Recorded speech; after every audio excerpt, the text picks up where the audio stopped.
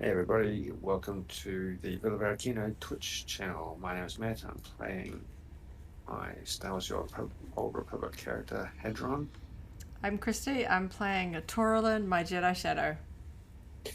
Okay, as we have been doing each week after the screening of Obi-Wan Kenobi, we are logging in to play a few planets worth of daily quests on Star Wars The Old Republic. And we're doing that as a background to having a conversation about the episode of Obi-Wan Kenobi that is just screened. Episode 4, a little bit shorter than some of the previous episodes. I guess we can't be too lucky in terms of getting them all very long episodes. We had some long episodes early on.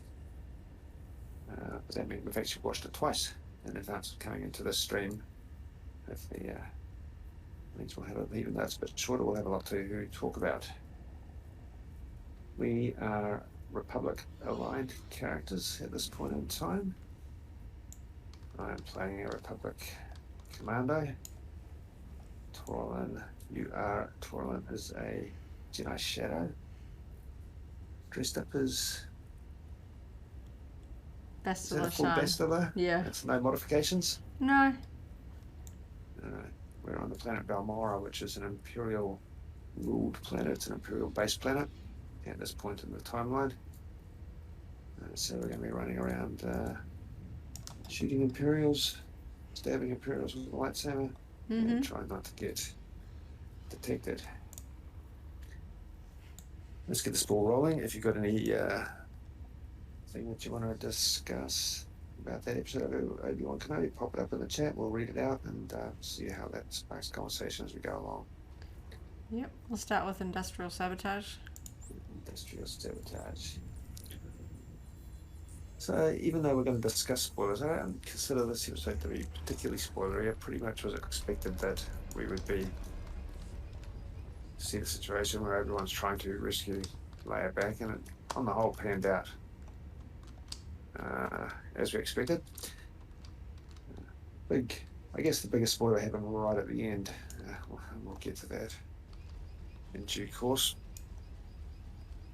So what do we see? We saw some opening scenes with Obi-Wan Kenobi being rescued, taken off planet, made his way to Jabim, which is the base for the underground, basically. And we very early on in the episode had the back to tank scenes where, while in the back to tank, Obi-Wan Kenobi seems to. Was there an awareness? Was there a shared awareness between him and Darth Vader that we happened to at the same time? Seems to kind of imply that, or at least, heavily echo. Or at least they're trying to just portray some symmetry in their respective fates at this point in time. So interesting to see Obi-Wan Kenobi and a back to tank, a very similar sort of configuration and approach to that as Luke on Hoth and Empire Strikes Back. So he has been injured, but not mortally, obviously, not particularly badly. I'm sure he will recover on the whole, because it has to slow them down in terms of trying to rescue Leia from the Inquisitors from Fortress Inquisitorius, I think is what they call it. Yeah.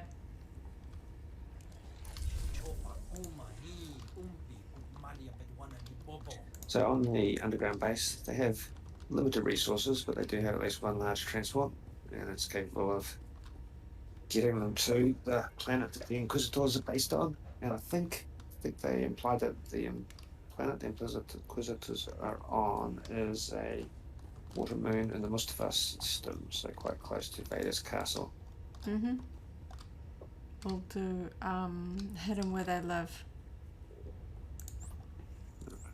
So for those of you watching along, that was a quick and easy quest that we tend to do first. It doesn't actually involve an awful lot of combat.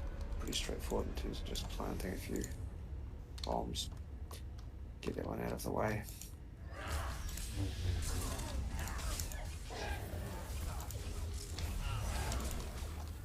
So while they were discussing some degree of strategy about getting to the Inquisitor's fortress, they mentioned early on that they had some T-47s As soon as I heard that, I thought, yeah, we're going to see some snow speeders. But they didn't seem to show us them straight away. I was a little disappointed at that point. Fortunately, they did bring them into play later on. It was quite cool to see the T-47s down the line. Yeah. That connection to the Rebel Alliance, like they're not calling themselves the Rebel Alliance or anything No, not really stretched, no. At this stage. You don't know if the Rebel Alliance exists sort of formally by this point, or at least these folks aren't aware of it. They're doing what they can in their capacity. Yeah. I don't think we'll be an alliance on the whole. I think if there's anything, there'll be local cells. Yeah. Planet by planet, system by system based. So they managed to get into the fortress because Tala's credentials are still intact. She hasn't been outed as a spy, as a traitor at this point. But they can't just bring Obi-Wan in through the front door. So he makes use of some of his famous Jedi equipment to make a watery approach. Yeah, that was really fun. It looks like he's got this similar sort of underwater rebreather that we see him use in other movies, in the prequels. So it's fun, just that kind of reference. We see Obi-Wan sort of in underwater in episode 1 and episode 3. I like that they've kind of put him in a very, like, once he comes out of the Bacta tank, they give him some robes, but it's like heavily Jedi inspired, which is kind of interesting. With his long hair and beard, it's kind of like an interesting mix of sort of old Ben, prequel Ben, like all sort of looks all wrapped up into one. It's kind of interesting. Yeah. Especially once he gets out of the water and his hair slicked back. Fortunately, those Jedi robes dry pretty quickly. Yeah. We knew that from the factory letters.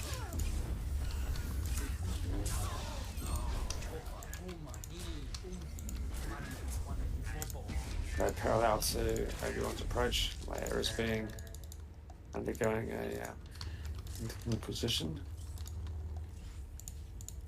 Yeah, like a blending of her interrogation scene from A New Hope and a bit of sort of Han Solo in Empire Strikes Back. The device that she's strapped into kind of gives me those vibes. Yeah, so I wasn't quite sure how they're going to. They're going to torture a little girl, yeah. Yeah, or to what extent she may cave, give anything away, but she completely resisted. She resisted the trickery of the Inquisitor. She resisted the mind powers of the Inquisitor. I guess that doesn't necessarily imply the connection with the Force. I think some people just may be strong-willed enough to resist it, harder to break with the Force. Yeah, give away. The Inquisitor doesn't seem to like automatically go, oh, you must be Force sensitive because you're resisting me or anything. She's just strong with this one, yeah. Yeah, she just seems to go, oh, yep, okay. Huh. So lots of Leia says. I got the yellow beam.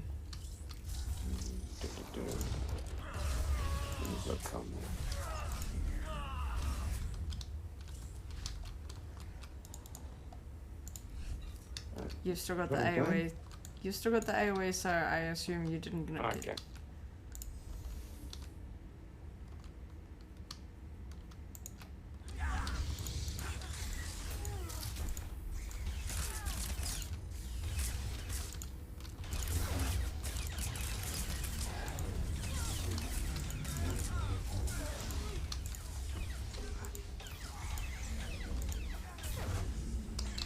Yeah, so the Inquisitor doesn't have any luck with Leia. I guess when we break it down like this, it was actually quite a straightforward plot in many ways. Yeah. Yeah, it wasn't just too the pacing complicated. that made it fill the time. Yeah. Few encounters, Tala being discovered or challenged at least in a couple of instances. I do like the design of the Inquisitor's fortress. comes to logbook access codes. Design it, how large it is underground, and that's kind of interesting because as over on this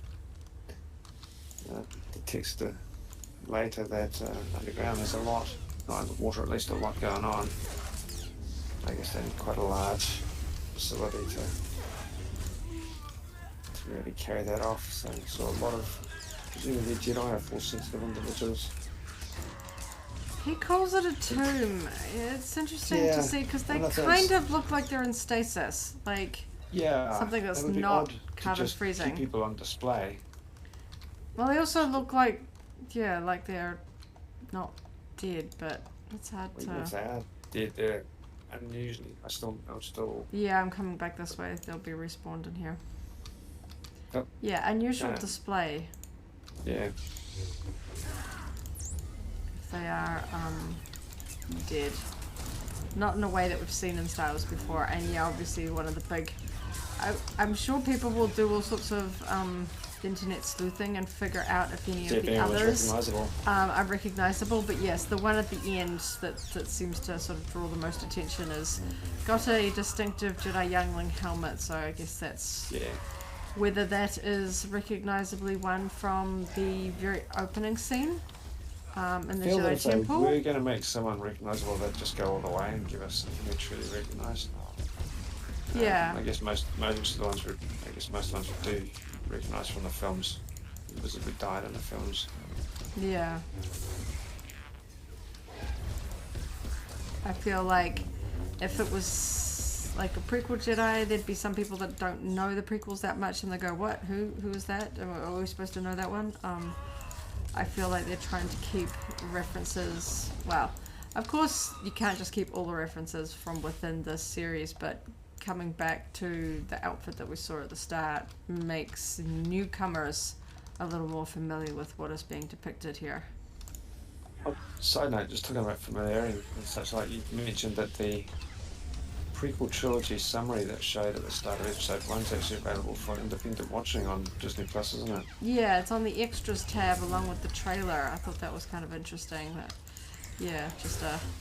just a sum up of the prequels, because I saw a lot of people sort of commenting how it was well edited. Sort of like a good catch up for people that haven't watched them in a while, or they're new to Star Wars, or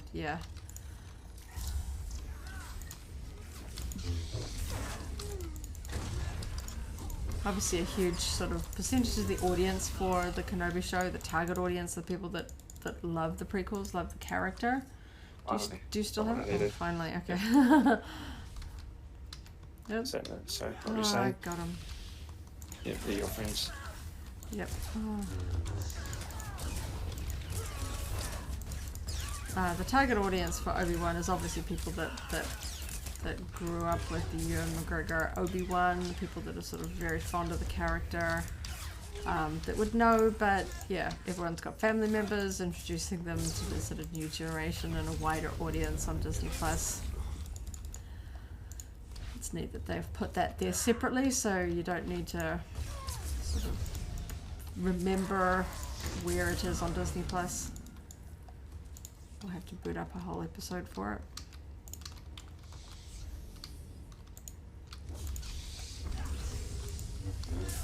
Everyone makes his way in through underwater portal that Howard manages to open for him. And as you say, he's discovered the restricted area that includes the tombs. It also seems to be where the torture chamber is. Or at least down on that level, yeah. Yeah, close enough. So he's trying to dodge the Seeker droid, which is a baby version of the Imperial probe droids, the Viper probe droids. Yeah, I thought that was fun. We'll go do Mandalorian Terror. Yeah, there were moments in here, as he's on the transport at the start, he's using the Force trying to make a small object move across. I think that really focused on the fact that he's really quite struggling with the Force and is, I guess, practicing. At least he's not sort of refusing to use the Force. He knows he's got to sort of do something about that. but he's still struggling. Not just with lightsabers, but the Force, which explains why he was not able to sort of resist or fight back to Vader in the previous episode. He was sort of toying with him. He can barely move an object across a table. He's not exactly capable of fighting up against Darth Vader's efforts. Yeah, I was trying to work out what it was. I think it was actually his little communicator that he Oh, was working on yes. the table, because it looked like what he was holding in his hand later. Yeah.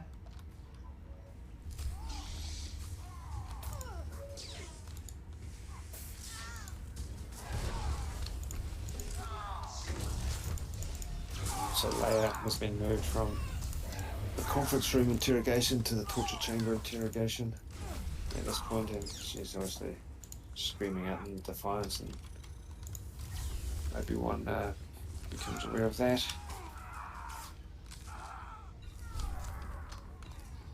We have kind of a cool scene in the dark. Takes out the lights. Well, actually, he messages Tala, doesn't he? Asks her to create a diversion. Need to get the third sister out of the torture chamber.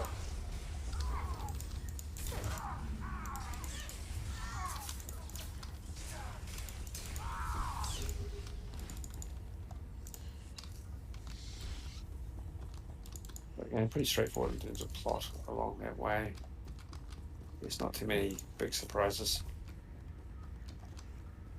Yeah. Unfortunately, they delayed it. That was a very sort of James Bond moment where the setup for the torture was taking enough time for the plot to play out for us to feel like there was jeopardy. Yeah, it's always a little bit tricky, isn't it? You kind of don't really want to make it obvious that the little girl's not going to get tortured, but you kind of got to dance around it a little bit and not just go straight in. I could have done it.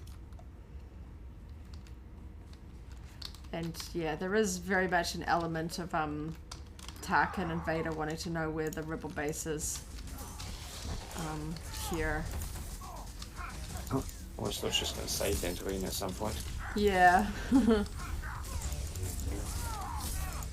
The underwater scenes very much remind me of Manan in this game, though. I thought that was fun. Underwater's not an environment we see in Star Wars a lot. Come on. Oh, there you go. Not if you can move it around, doesn't it? Apart from the submarine scene. I've opened up the Manan scenes in this. We've got to make our way to that new daily area. That's pretty still pretty fresh.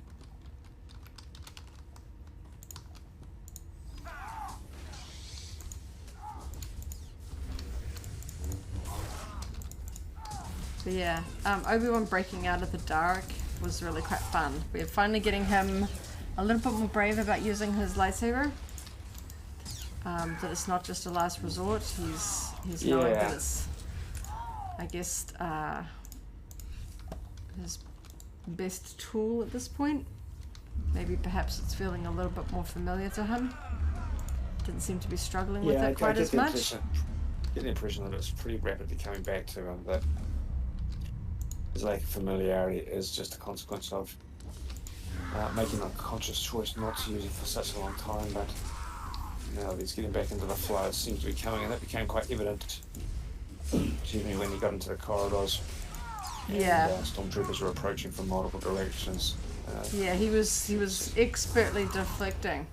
Well, I actually think they were trying to portray an incremental expertise. Yeah. And even just within those scenes, he was getting more familiar.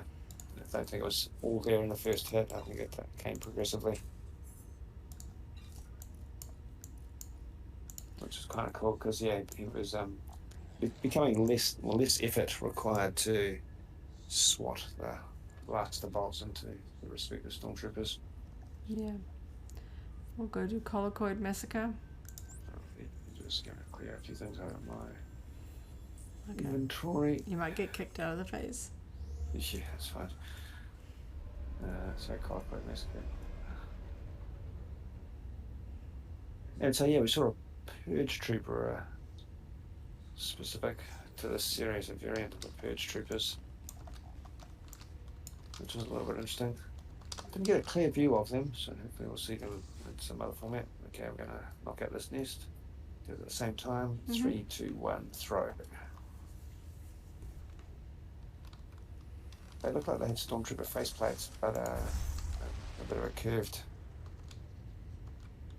aspect to the Yeah, back it of almost their wasn't helmets. like a clear shot of the face of that helmet. No, there wasn't enough contrast to really read it. Perhaps we will see a reissue of that figure on a Obi-Wan Kenobi card. Yeah, like I say, I think it is different from the Jedi Fallen Order ones. I think it's going to be based on a Stormtrooper rather than Yeah. what we saw in Jedi Fallen Order. Hello, Dr. Dendamian. I'm Dr. You're not still in this. Republic. So yeah, in the tunnel, the I'm going to. window caves in, but Obi-Wan manages to escape and he leaves the troopers to drown.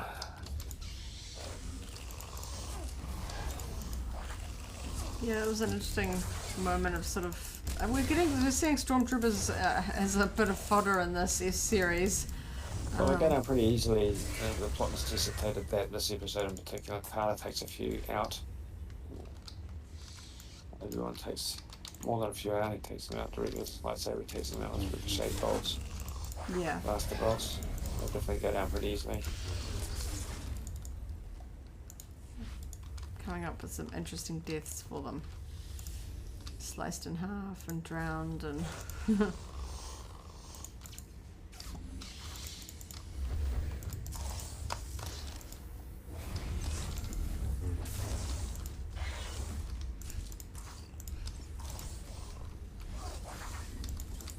So one of the Imperials that everyone takes out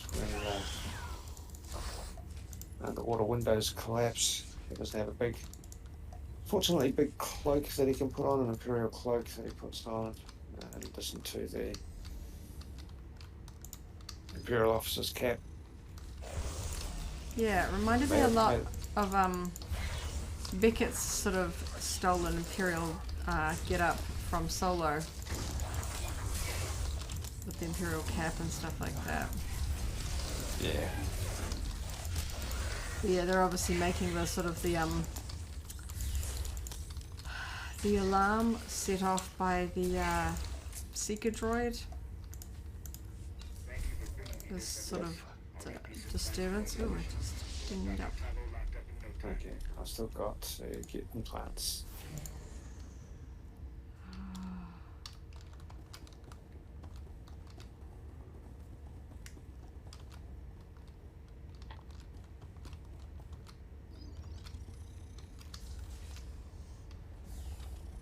Then they make their way back to the hangar.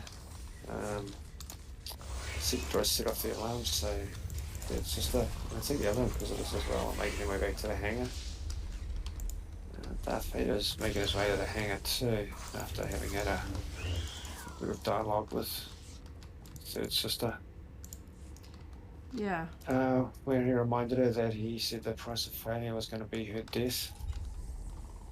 She implies that she's managed to put a tracker. Oh no, I'm jumping ahead, aren't I? Where Just they haven't go with escaped the flow. yet. So yeah, they're making their way to the hangar. Third Sister's there. And they're heavily outnumbered.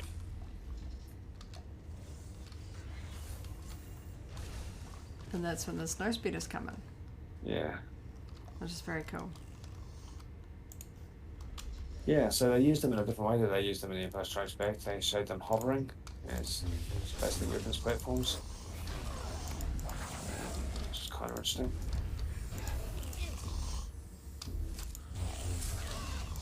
Fortunately, they've got enough space just to see on their cockpits for a couple of extra passengers instead of a gunner.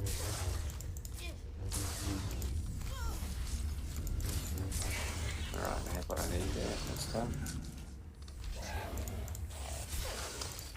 Are you not here? Oh. No, sorry, I was still getting the additional things, additional cybernetic implants I needed.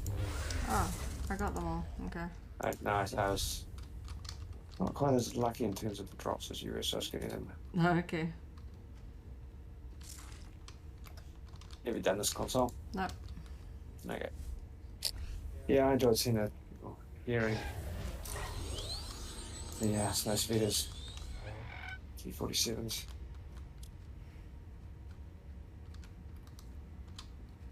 Yeah, they were sort of described as not really being like capable of fighting. No. So it was sort of interesting to see them turn up.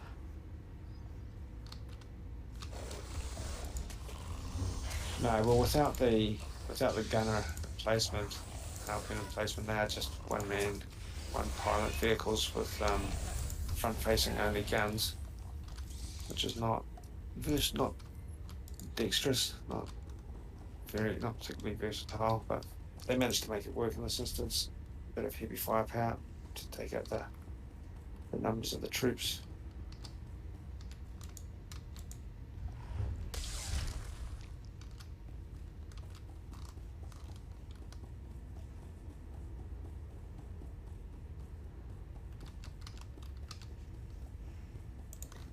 Only one of the pilots made it out. It's just to throw an explosive of some sort at one of the snow speeders using the force, which was a little bit of an interesting variation on tactics. Just Yeah, brute force use of the force, so to speak. Yeah. Blunt instrument type approach, but it worked. Wow, it took him out, but it didn't stop Obi-Wan and Leia from escaping. It's effective against a single target, yeah. But again, I think it's just going to highlight to Leia and to Obi-Wan. Sorry, I'll sort these guys out over here. You get the other.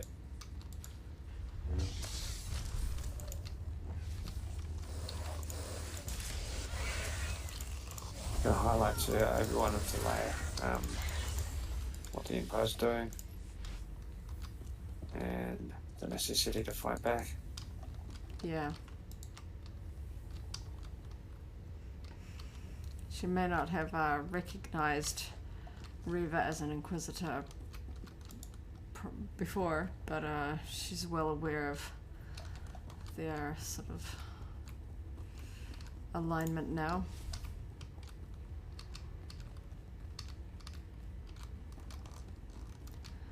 There was a lot of stuff sort of happening, but not in a sort of a busy or chaotic way.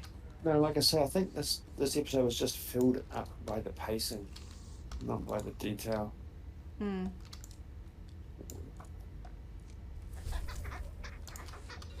Which is fine. When we watch it all in its entirety as a single unit, a bit of a breather at Chapter 4 level is probably going to be necessary, particularly after that last episode, Episode 3. Well, I think for it to be believable that he was quite badly wounded, it wouldn't make sense for him to suddenly be running around charging into battle in action. This one is a little bit not subdued, but I guess it just didn't have quite as many sort of dramatic moments like the previous one. All developments, yeah. If you watched it as a movie, you can't have like dramatic moments in every like 2 minutes. It just becomes exhausting. Yeah, it's fun to see Obi-Wan and the third sister and the Darth Vader after going out on a bit of a little shopping trip today and managing to score some cool Obi-Wan product. Okay.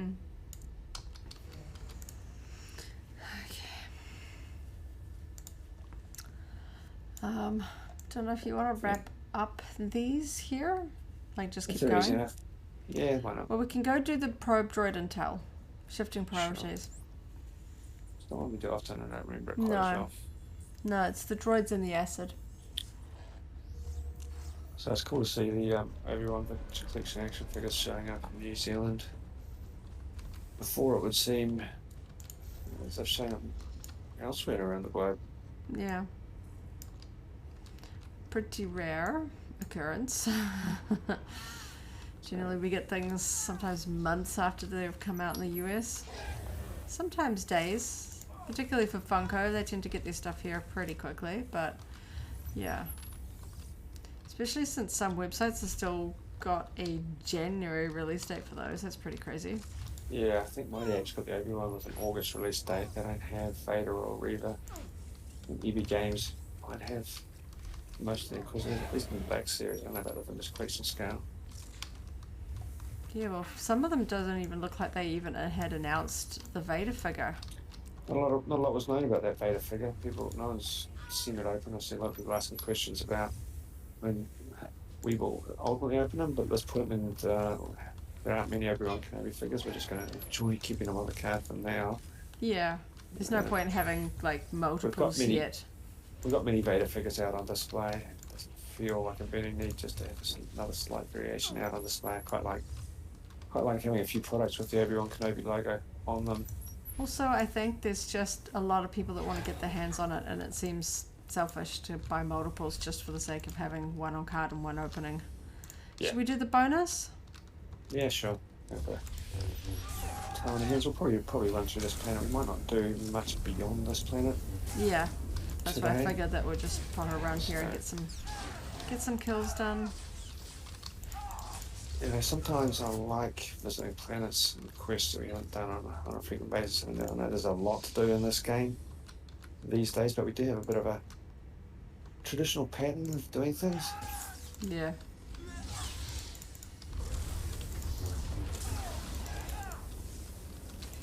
So, what were your sort of favourite moments from this episode?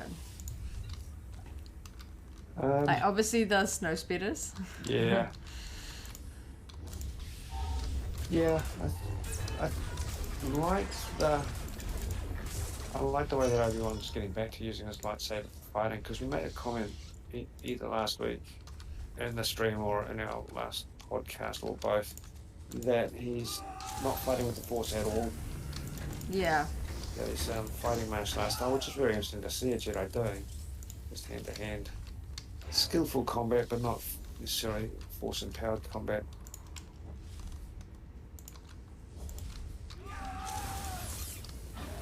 So it's good to see him progress with his confidence, regain his confidence with his lightsaber. Yeah, and actually, not quite being an assassin, but not sort of using it as a last resort. Like, he knows that he's going to have to, get back to being like a Jedi, and using the Force, using his lightsaber for a greater purpose, which is rescuing Leia. I am intrigued by all the Jedi bodies in stasis. Yeah. I don't know if they're going to revisit that in a deep explanation or just I know I've seen the first one. It makes me think of the elderly Jedi with a cane. Well, not elderly, but there's a specific character, and it's gonna bug me. I can see it because I've seen somebody do it as a really dedicated costume. I've seen that species at least before, so I don't know if it's gonna be like that character or something. I just quite yeah, it's one of those ones where I think so. I can kind of see it in my mind's eye, but yeah, I'm sure somebody will go, "Ooh, it's this character," and I'm sure the others will be identified shortly after as well.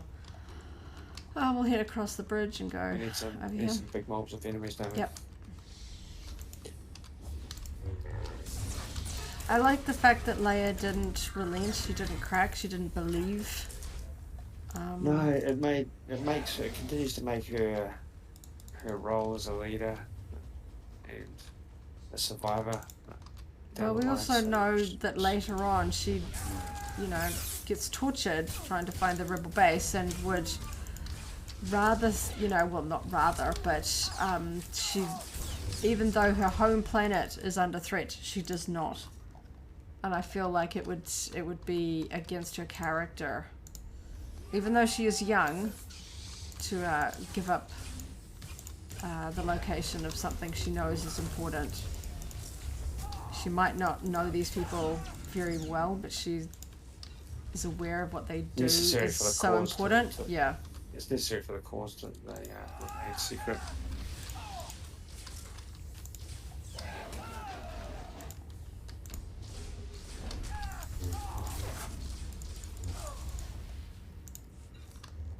And I think it's interesting that Obi-Wan says, you don't know what the Empire's capable of. When he's pleading with them to go sort of help him rescue Leia, it really does point out that he has been sort of isolated.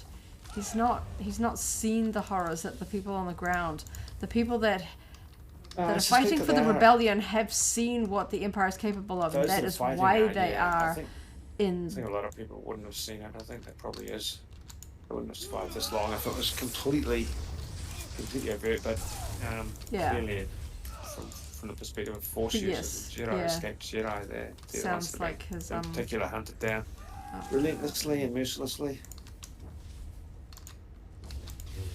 Yeah, the guy in question that they was talking to was had lost his wife to the Empire, Force user. It's sort of a sad story.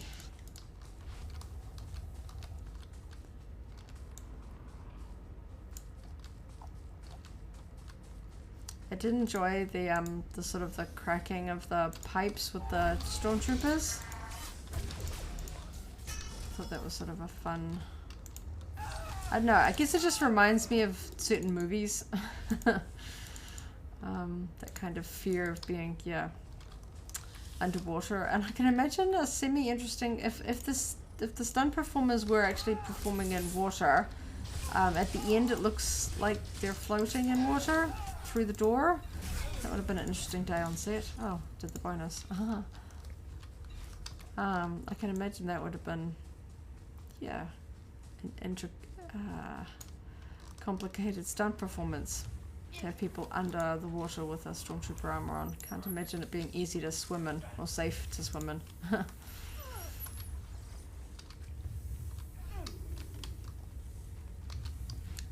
And then of course, right at the end, when we find out, well, it's implied. What's that? We haven't even got to that, have we? Yeah, that when Reva said that she had a way of tracking them, I'm like, well, we didn't see her throw something like in the kind of, they've like thrown a tracker on the ship like Obi-Wan does to Slave One. Yeah, because the ship never was docked nearby. The ship was in orbit. The speeders had to travel a distance to get to and from it. Speeders never stopped long enough to have a tracking device put on them. So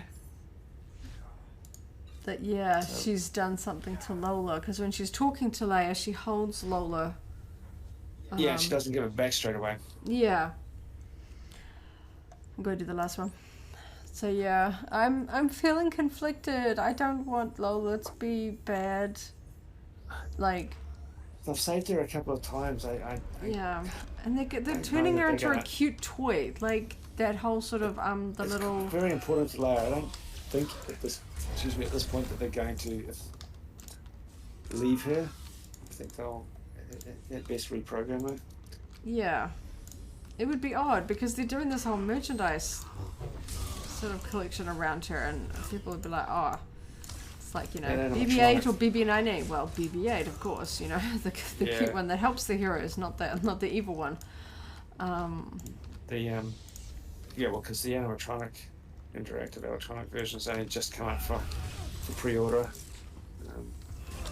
Cool, but we're going to get it locally fairly easily. I guess not too surprising. Considering what it does, I think it's priced about $170 New Zealand dollars. That's not too bad. I think it's going to go down quite well as long as they don't saturate the market quite as much as they did. The Spheros were everywhere. Oh, yeah. And they really tried to merchandise BB-9A, who was barely in the film. You can still find merchandise, BB-9A themed merchandise, hanging around on some store shelves.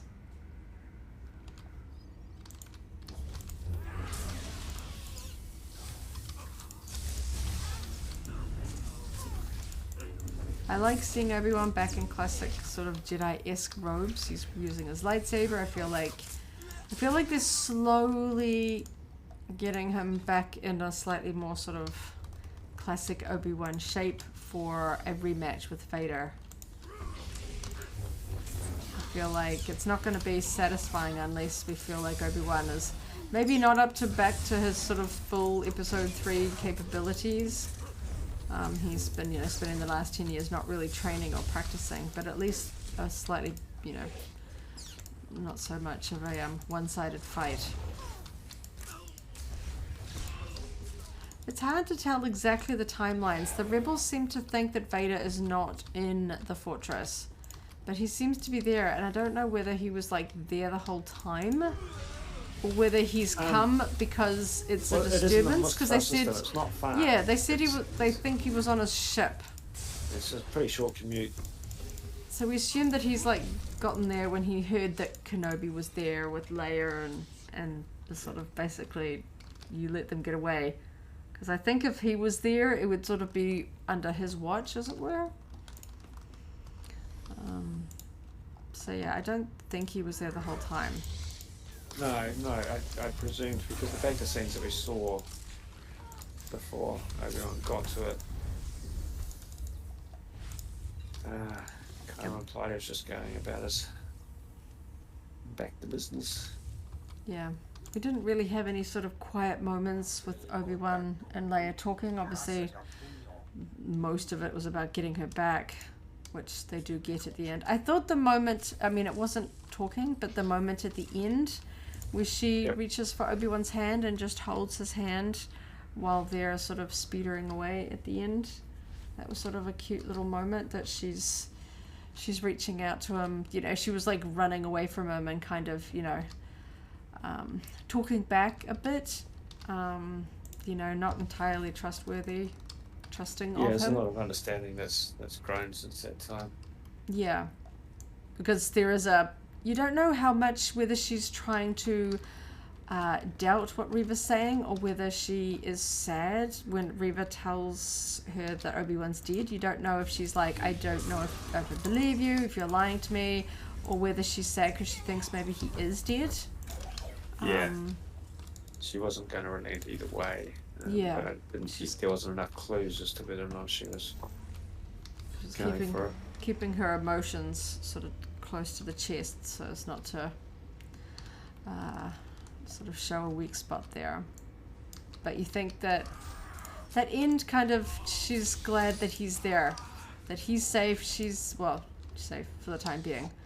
I'm not sure where this is going to go. You do hope that then something's going to happen so that they don't just go all the way back to a home base and lead Vader and the Inquisitors right back to their base. It's going to be sort of disastrous. Yeah. I'm trying to think what else was seen in the trailer. If there's anything left in the trailer that we haven't seen yet. Yeah. This episode, the only thing I can think of that was in the trailer that we hadn't seen prior to this episode that we did now see in this episode was a black gloved hand holding Lola, and that ended up being Third Sister's hand. Yeah.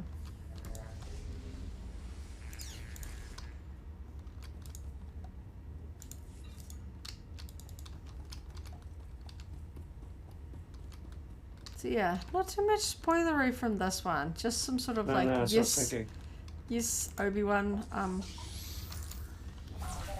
got her back from the Inquisitor base. And we've got a little bit more Vader. Some cool sort of well lit, well not like outdoor lit, but better than previous episode sort of shots of the Vader helmet for people that are fans of the costume and the details. I know there's been a lot of interest in the figure. Obviously with such a sort of an iconic character and figure such as Vader, people want to know, is this one different to previous sculpts? Did they sort of retool it because technically the costume is a little bit different and all that kind of stuff? So it's fun to see him in there. Yeah, I think the figure looked good out of the package. The helmet sculpt on was really nice. Yeah. You could tell that much through the packaging.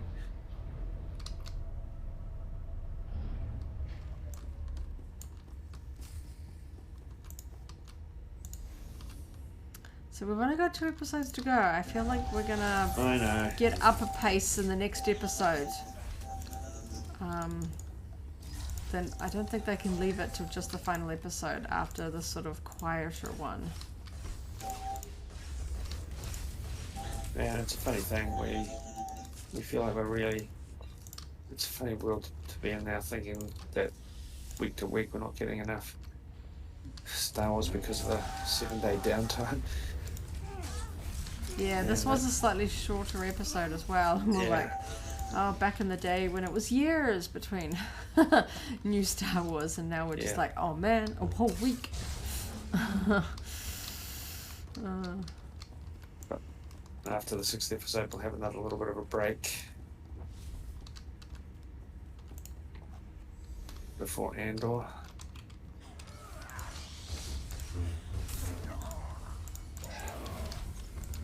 I know I'm seeing some the rumor mill speculating on whether Hayden is going to be is Vader in any other sort of live action series.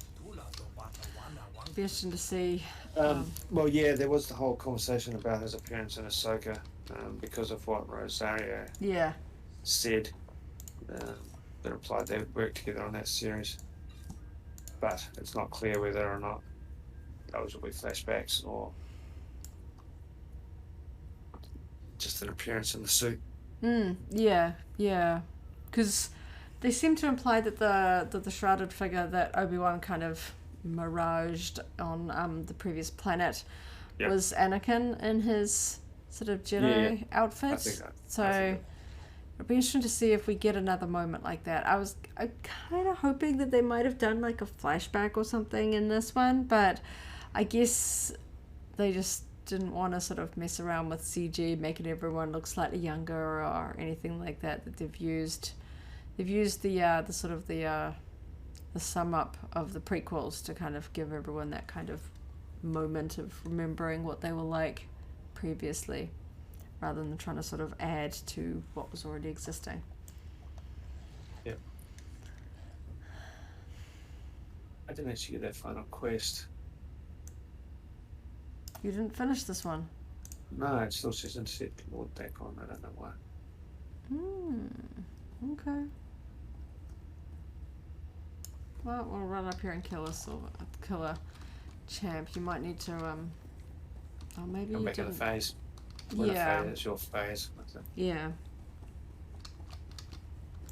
Let's kill this champ while we're here.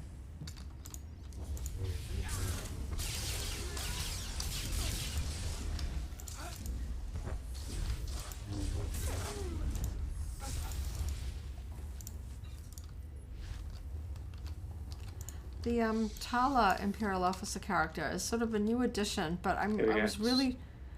You got it now? No, it's just the control panel's clicked up for me now, but I can't do it in this phase because it's mine. Okay, I will. Yeah.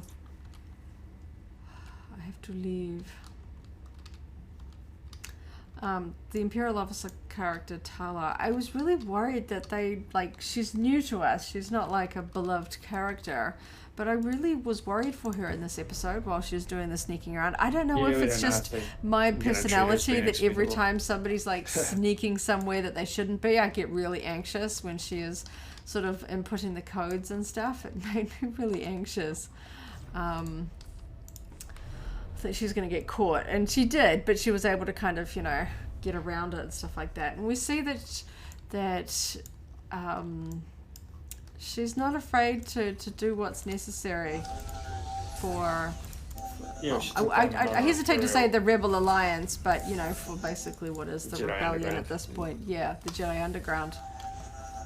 And I like the fact that when Reva is interrogating Leia, she's ripped the Jedi symbol that was carved out of the wall. She's like ripped that chunk of the wall out and slams it on the desk in front of Leia.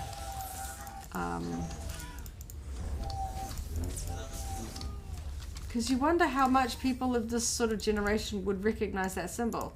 After Leia grew up post Jedi Order. Whether it means something to other people. But it clearly... We know that Reva has something against Obi-Wan specifically, but her fixation I don't know on... I don't know if that's personal or just because she knows that it will further her career? After him, yeah. Yeah. Because she seems to... I don't know whether she's lying... but she almost seems to divulge a little bit of her past, talking about I had a droid once or something. Yeah. Like, there's like almost a moment of reflection, and you don't know whether she's just sort of misdirecting attention when she's holding Lola, trying to sort of seem approachable, or trying to get Leia's guard down, or just distract her from the fact that she's, you know, messing around with Lola somehow.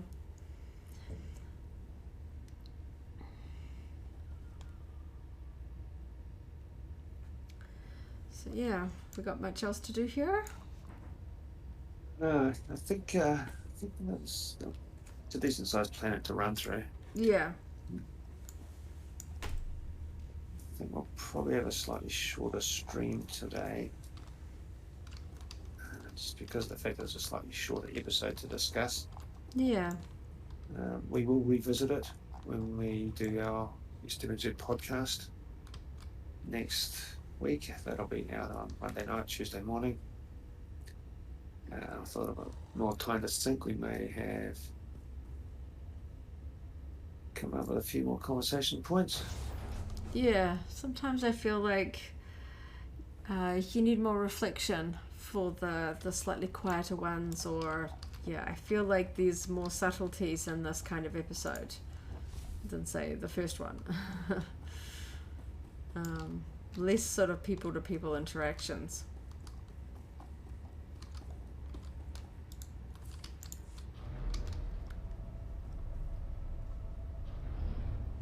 Yeah. Some interesting aquatic creatures we saw in the Obi-Wan sort of swimming Yeah, shots. most of the time they're just silhouettes in the background, just shapes. But we did see at least one come towards the camera, and we saw a big, giant, bitey starfish thing attached to the side of the fortress as well. Yeah, we're starting to see if those creatures get ID'd, or possibly given names if they're original. I do hope we get some sort of series book with lots of details behind the scenes, you know, even if it's just filling in like the random lore, you know, this was a something fish and this is, you know, a reference to this thing and that sort of jazz. Did you go up to your house, did you? No, not yet. You ran around behind my camera so I didn't see you. You just disappeared. I was like, wait, where'd you go?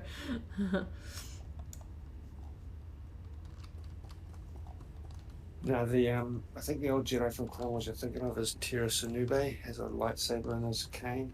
Ah, that's the one. Yeah. I think that's the face I'm thinking of. Because it felt so familiar, but my brain just couldn't put the puzzle pieces together. But yeah. They still haven't sort of solved the riddle of the Grand Inquisitor at this point. No. Don't know if there's anything besides any sort of ulterior purpose or motive to keeping what appears to be either the bodies or the stasis bodies of Force sensitives. Whether they're... Yes, it could be a very project going on there. Yeah, because we know post Return of the Jedi, the Remnant Empire is doing something scientific with Grogu, that perhaps what we are going to see here is some sort of very early beginning. We know that by the time of The Rise of Skywalker, we've certainly very well see the sort of the phenomenon of messing around with the Force and cloning and all that kind of stuff. So it'll be interesting to see if they give us, you know, is the Grand Inquisitor a clone and they pop another one out of the canister and let him loose, or is he going to come back sort of fully healed and is going to want revenge, or how that's quite going to work. I know there's sort of been all sorts of speculation and fan theories online. I want to see it answered in the series rather than just like, oh, we're making up a new storyline now.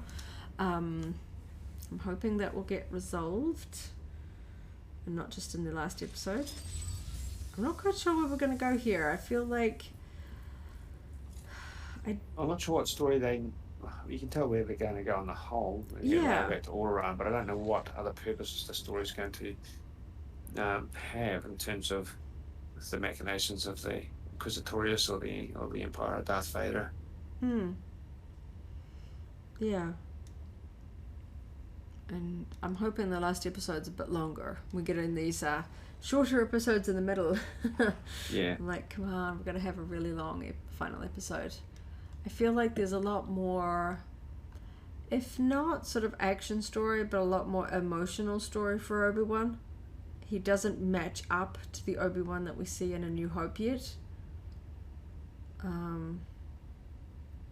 He's fully sort of in Jedi Master training mode when he meets Luke. Well, you know, properly meets Luke. He's like, here, I'm going to teach you how to use the Force and lightsabers and blah, blah, blah. That's not the Obi-Wan that we're seeing right now. And I feel like there needs to be some sort of, I don't know, some touching sort of, not send-off, that's the wrong word, but sort of the final where we see Leia. Obviously we see her, technically the next sort of appearance of Leia would be at the end of Rogue One. But I feel like this one is obviously going to have some sort of connection to where we sort of meet her in A New Hope. I feel like there's a lot about her character and storyline in this that links up to A New Hope. So I feel like we need to get some... You're trying on your different outfits. I was like, what's going on? Oh, yeah. No, I forgot that with the new outfitter, you don't actually apply them, just as you're tabbing through looking at them. Yeah, it switches, yeah. Yeah. It's all automatic. I forgot because Yep. I couldn't see that happening because I had the overlay. Yeah. Yeah, I gotta mess I around feel with like some it changed. outfits for my people too. But I guess that's that. Not as much to talk about this week. I feel like it's the sort of thing I'm going to be thinking about a lot this week though. Looking for sort of subtleties and any sort of background information I might have missed that people will go and screenshot online to fill in some blanks. But very much looking forward to next episode. Righty, we'll sign off on that note, I think. So thanks for those that are listening in live in the background or signed in. It's all cool. We appreciate having an audience and a conversation about Obi-Wan Kenobi and Star Wars in general.